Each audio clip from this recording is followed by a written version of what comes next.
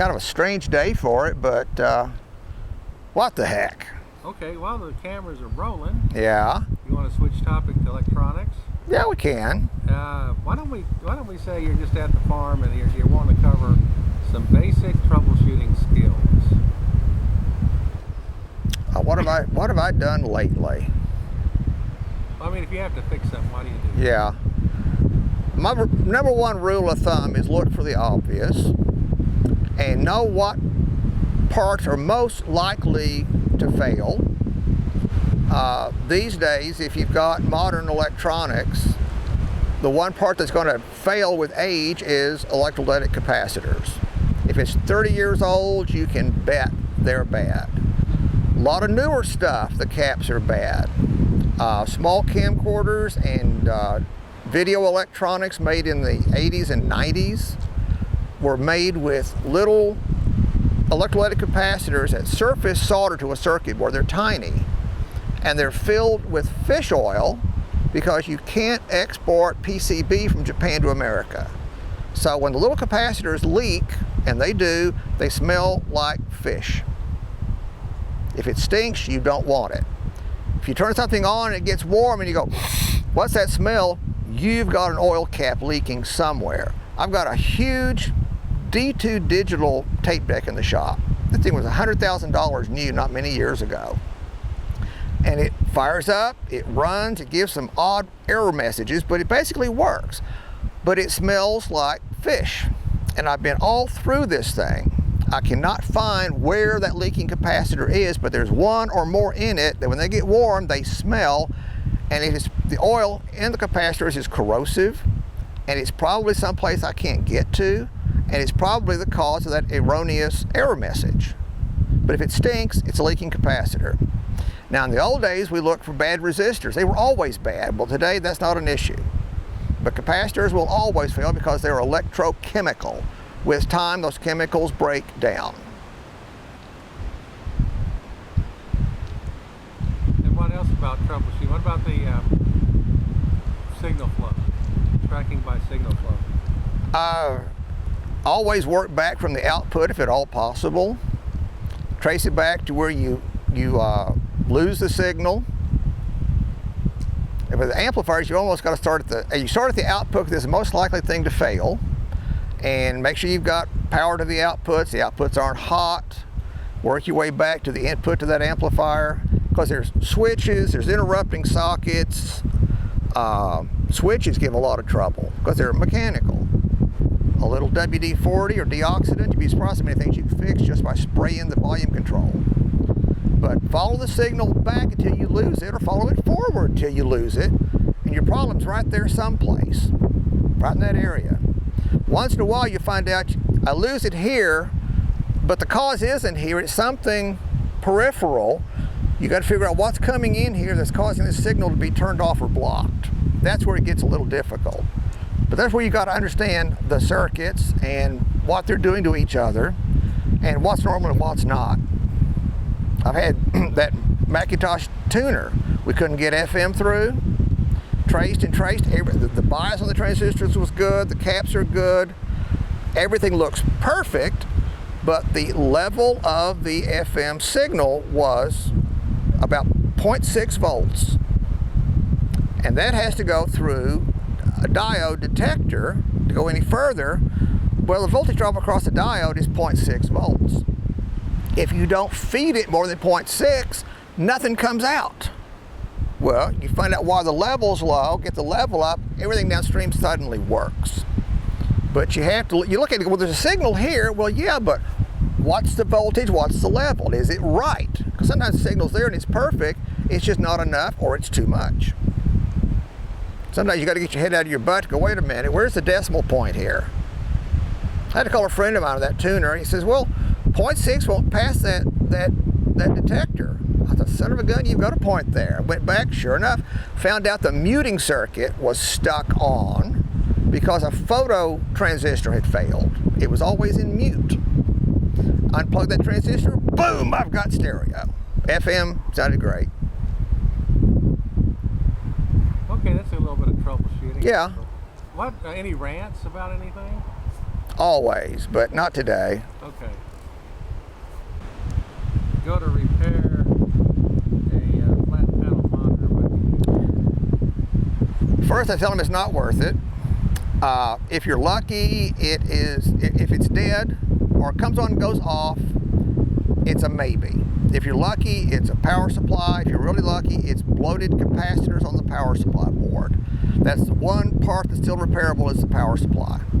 If you've got a flat panel or a plasma with any kind of geometric anomaly, in other words, vertical lines, horizontal lines, or boxes that are out, you got a bad panel or you've got a driver has failed. That's not fixable.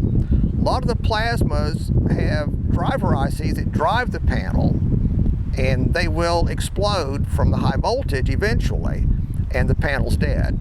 I rented one recently, goes into a shutdown condition because the IC on the Y sustain board is blown, and it's actually repairable. Most of them are not. But you have to know to take this huge ass heat sink off and unsolder 50 pins, and you get it off, and look, and the IC's got a hole in it. Well, you get the IC off the internet, if you can solder, you solder a new one in, put the heat sink back on it, and by God, the things work. But 9 times out of 10, flat panels are not repairable. And if you break it, it's really broke. They're all the time. It just needs that crack glued. No, folks, you crack that glass, it's toast. Makes a great art piece, but it's toast. What else have you worked on lately? You worked on a Sansui. I had a Sansui quad receiver from hell that I'm going to have to do a whole video on. It has to be the most convoluted receiver 4-channel ever made, and it has the worst schematic I've run into in years. I mean, the schematic is there, and it's basically accurate, but nothing's labeled. You don't know what switch is what control is what. The pins on the boards where it goes from one board to the next, for the most part, are not numbered, or they're not numbered consistently. And it's like a lot of things, it's built by committee. One committee built this part, one committee built that part, and the committee that built the 4-channel processor board should be taken out and shot. It's a 2-sided board with solder feed-throughs, and they had all failed. Even if resoldering, this thing didn't work the first dozen times. I'd lose grounds, I'd lose B+, I'd lose one channel. And you're hunting through here, pulling plugs and tugging on things and trying to trace signals where you can't even get a scope probe. You sort of had to look at the schematic and find a place you could find that signal, someplace that's accessible. Got the whole thing running, got new LEDs in it, it looked great. The customer comes to get it, he's going, oh wow! About the time it goes pop, a little puff of smoke comes out, right back where I started. I spent a month on that thing. Anything else interesting you worked on lately? I'm working on an antique TV, which is going to be great for, that'll be another video too. The 3-inch Pilot television from 1948. Looks like an overblown table radio. It's built like a table radio. It has a knob dial like a radio, little 3-inch picture tube in it. All string filament. It's a gutless wonder, but you put in enough capacitors in it and you can get a little tiny black and white picture on it.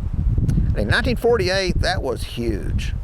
This thing was small and light, weighs nothing. You could pick it up, carry it to another room, or take it on a trip. They made a little suitcase for it, which was like a little hamster cage. Okay, what about tube audio versus transistor audio? I love tube audio, but I'm too cheap to buy the tubes and pay the electric bill and do the maintenance. I'd rather have a good solid state amp that I don't have to fix. But tube audio does have a certain warmth and a certain presence, and if all the tubes are good and the caps are good, they're wonderful. But it's getting hard to get tubes these days, especially power tubes. A lot of people swear by it. They buy the darndest things, old tube tape recorders, and take the amps out and use them in their home systems. Well, that's kind of silly as far as I'm concerned, but people do it. And to be fair, if you've got a really efficient speaker, that Patrician takes no power to run. I was amazed. 2 watts and you're going to turn it down. But there's these people that take these Altec 604 speakers, 8-inch speaker. They're hardly expensive. And drive it with a triode single-ended amplifier. They mount the speaker on a tennis racket. So there's no acoustic cabinet. And it's supposed to be like the voice of the angels. It sounds just comes out of the air. Well, yeah, it does because it's everywhere. I'm just not that nuts. I want to turn it on, listen to it, turn it off, and go on about my business. Tell me about the Patrician. Okay, it's one of the largest home speakers ever made. It's in the same category as the Clips horns from the 50s. Big wooden thing. This is a cabinet 5 feet tall, yay wide, yay deep. Weighs a ton, 200 some odd pounds. Has a 30-inch woofer in it, biggest one ever made, and a 12-inch mid-range and 2 horns. It's rated from 30 to 22,000 cycles. And it takes no wattage to drive it. You hook a transistor radio up to it, it'd be blaring. Very efficient, but very heavy. And it needs a room with solid wood or brick walls. Sheetrock does not work because it's a corner-loaded horn. The base goes out the back and comes around, and the walls reinforce the sound waves. In a good room, this thing is breathtaking. You think the artist is right there if you've got a singer or vocalist. And if you're a pipe organ nut, this is a speaker for you because you can feel the bass. And if you get up and go down the hall, the bass follows you. Everywhere you go, the bass follows you. It's amazing. And it's too bad I don't have 2 of them in a house made out of stone, but hey. Any soldering tips? Yeah. Rule number 1, get the thing that you're soldering hot enough to melt the solder when you touch it. A lot of people try to put the solder on the tip. It doesn't work. The thing you're soldering has to be hot enough to melt the solder you're applying to it. Flux is good, tinning is good, good tight joints to start. If you're doing circuit boards, here's a good one. A lot of mass-produced circuit boards, well, nearly all of them, are done by the wave soldering process. They stuff all the parts in, and then they run it down an assembly line, and it passes over a vat of molten solder that has a ripple in it. They're modulating the liquid solder so there's waves, and the board passes over it, and the solder sticks to everything, and then at the end of the line, whatever's left falls off. Well, if the solder is properly treated with well, it's rosin. Rosin's not the answer. It's the deoxidant. And if it's hot enough, and if the board is clean, you get a pretty good soldering job. But if the board's not clean, or the solder's not hot enough, or they haven't cleaned the scum off of it lately, you can get bad solder joints. Now, they may look fine. They may work for decades, but then they'll develop problems. The clue is if you take a soldering iron and heat a joint on a circuit board, and it sputters and bubbles and smokes, that solder still has undissolved flux in it from years ago. That flux can get under the solder, between the solder and the copper, and over time build an insulating layer. So you get the darndest intermittence. Everything looks good, but you've got an intermittent. You have to heat it until it quits bubbling, or take a desoldering machine and suck the crap off of there and put on fresh flux and good solder hot enough to burn the resin out. ICO and Heathkit electronics for years. The circuit boards were frequently tarnished by the time you got them, and people handle the boards. I've seen them with fingerprints on the copper, where the builder put their greasy thumbs on it, and they don't get them hot enough. So you've got these globby solder joints that just don't work. I did some FM tuners, I had a stack of them. And the only solution is to take your Paco desoldering machine, worth every penny you pay for it, and suck the solder off those boards, all of it. clean it, flux it, hit it with new solder, you'd be amazed at how much better it works. But if the solder sputters and smells like rotten eggs, you've got bad solder. I don't care how good the joint looks, you've got a bad solder. I've fixed a lot of stuff that way. Okay, and just a few quick questions. What's your favorite test equipment brand? Well, Tektronix, if I can afford it. All this Japanese stuff, this Chinese stuff, there's some good cheap meters out there. I have to admit, it's amazing what you can afford these days. There's a test equipment, we should do a whole video on the Untitled component analyzer. It's like a little oscilloscope, and it passes a sine wave, a signal, through transistors, diodes, or RC circuits, and puts a signature pattern on the screen. You can check diodes in circuit, tell it whether it's a regular diode or a Zener. Put it through transistors, see if the junctions are good.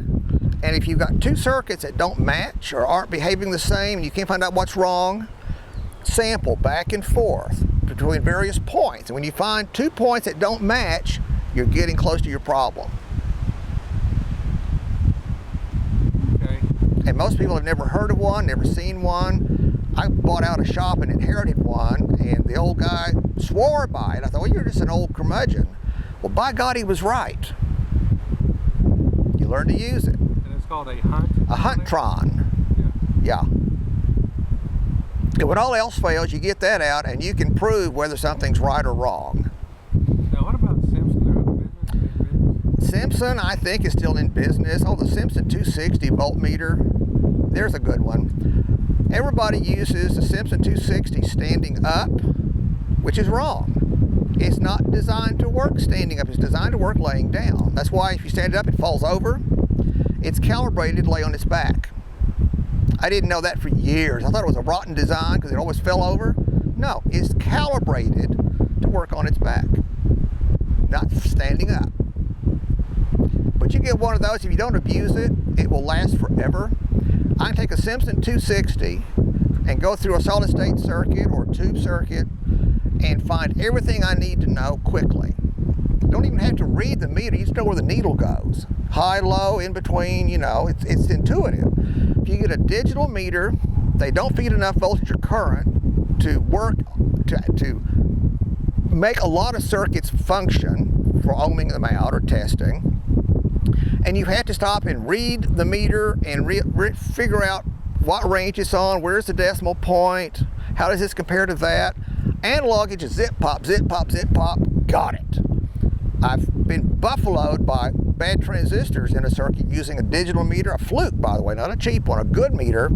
I'll get my Simpson off the shelf and go bing, bing, bing, okay, got it. I tell you whether it's NPN, PNP, good or bad, leaky, no argument. The digital meter, you're never sure. So yeah, don't throw your analog meter away, learn to love it. And just don't drop it. What's your favorite signal generator? I used to have a really good Leach video generator, which I really liked. I need to go and invest in a new FM stereo generator. I'm using a tube type Heathkit, which is better than nothing, but not quite right. Any feelings on the move from NTSC to ATSC? Oh, how many days have you got? I love digital TV and I hate it.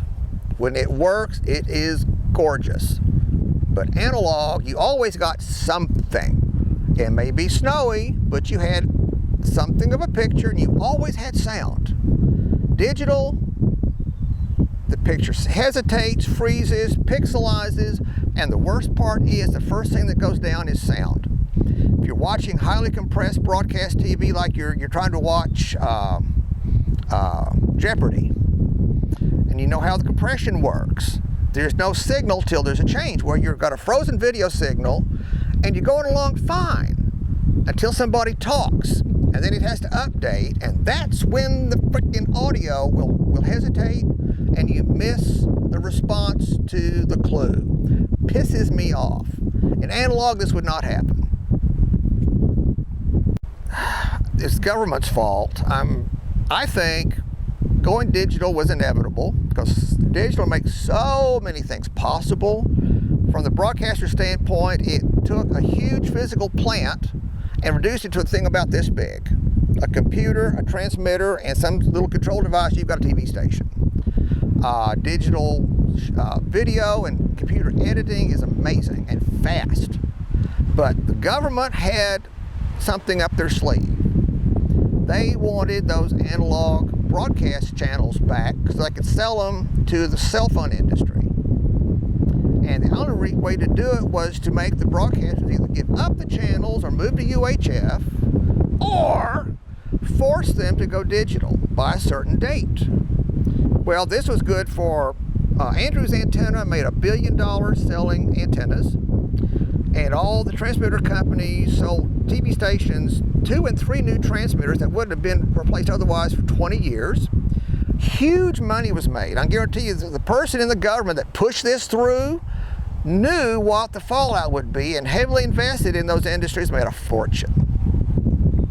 But my opinion is it would have happened eventually, but it should have been market driven. We could have had analog and digital side by side for 10 years easily and phase these old sets out, let people convert and adjust. But no, it had to be done by January the 12th or else. And everybody thought television died that day. They literally think television ended on that date in 2009. Yeah, it didn't. It just went all digital. And if you hadn't been keeping up, you think your TV's gone. It's still there. It's just harder to get. My biggest beef is I used to be able to pick up a portable TV with a rabbit ear and plop it down anywhere, even up here. I mean, I'm 70 miles from Dallas, and I could get something on the TV. We got a channel over in Sherman, channel 12, came in fine on rabbit ears. I could take a TV to the bathroom, the barn, wherever, and watch a little TV. Now you got to have a converter box and an antenna, and you got to set the dang thing up. It's a pain. There's places I don't watch TV because it's too much trouble. I turned on the TV up here today, and it's a chore just to see what was on the weather channel, the local channel's sub-weather radar channel. Otherwise, I watch satellite. It's less trouble. But yeah, picture quality is great. It's wonderful when it works, but it doesn't work half the time. Rainy day like this, reception's terrible. Bright sunny day, reception's terrible. You never know. The weather affects digital. It didn't used to affect analog such that we noticed. So we've been sold another inferior pack of goods for our own good, mostly so the government can get rich selling that spectrum to the cell phone companies. Let's face it, everything's wireless now. Everything. I mean, home speakers to your stereo, wireless. Satellite in my truck, wireless to the FM radio or into my house. He's got a GoPro camera that has a wireless remote. Got a lithium-ion battery in it, little tiny thing, and it croaks, and it's glued in, but you can buy it for $14. Yeah, everything's wireless. The whole world's wireless. I miss the old days when it was a little snowy and ghosty, but hey, it was television. And you got it any place you wanted it. And they actually didn't have the number of commercials we do now. Oh, let me make up another point. Before digital, when you had weather like this and a tornado or a storm, and the power went out, you could get your little battery analog TV out of the closet and turn it on and get the local channel to see what was about to hit you. We went digital, and for years, nobody made a battery-powered digital TV with an ATSI tuner. A storm, out of luck because there's nothing to watch. The TV weather does a great job of tracking tornadoes, but if your power's out and all you've got is a digital television reception, you're screwed. Absolutely. I kept a little Watchman in my bathroom for years with C-cells in it, and you could turn it on and dial in and get the local channel with ease. Before we went digital, I had it one year the power went out for 2 days. I sat at the dining room table and watched TV on this little 4-inch set. But not anymore. It takes AC to run a converter box, and when the power's out, you haven't got AC. Nobody ever made a battery-powered one. Now, you can get an ATSI tuner little flat screen TV now, but we're talking 5 years have gone by that you'd have a portable ATSI TV. Of course, now you can get it on your flat top, your laptop and your iPad and all that other stuff. It's just not the same. Yeah, no, love it, hate it, miss the old days. I got all these wonderful antique TVs and there's nothing to tune in on them. That hurts. Mechanical tuners, chunk, I miss those. Well, okay, I guess just say hi to everybody on YouTube. Yeah, hi everybody. Sid, I hope you enjoyed this. And I hope we don't get blown away here in a minute because there's a big old dark cloud back there. I think we better pack ourselves up and go in the house.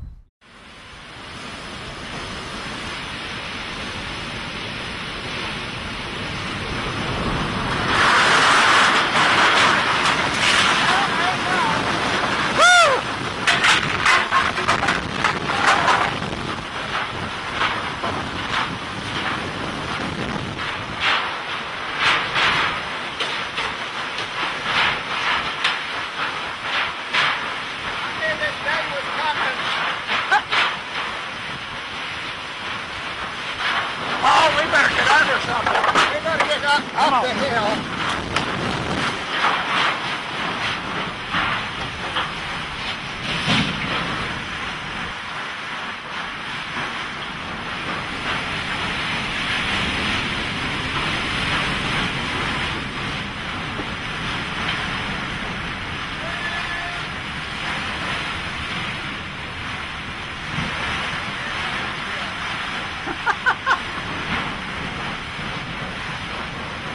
Oh, we had a 100-mile-an-hour wind. Yes, we did. You bet we did.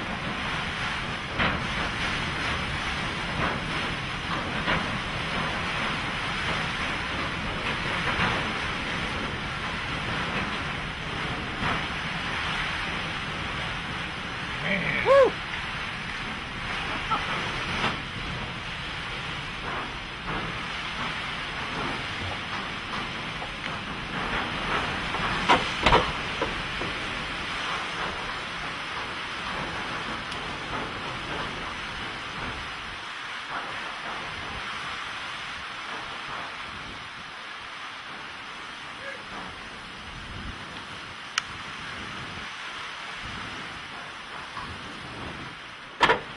Man, that was some serious prep. Yeah. This was. I never had this front barn fixed, the roof would come off. Well, gonna have it fixed now. Well,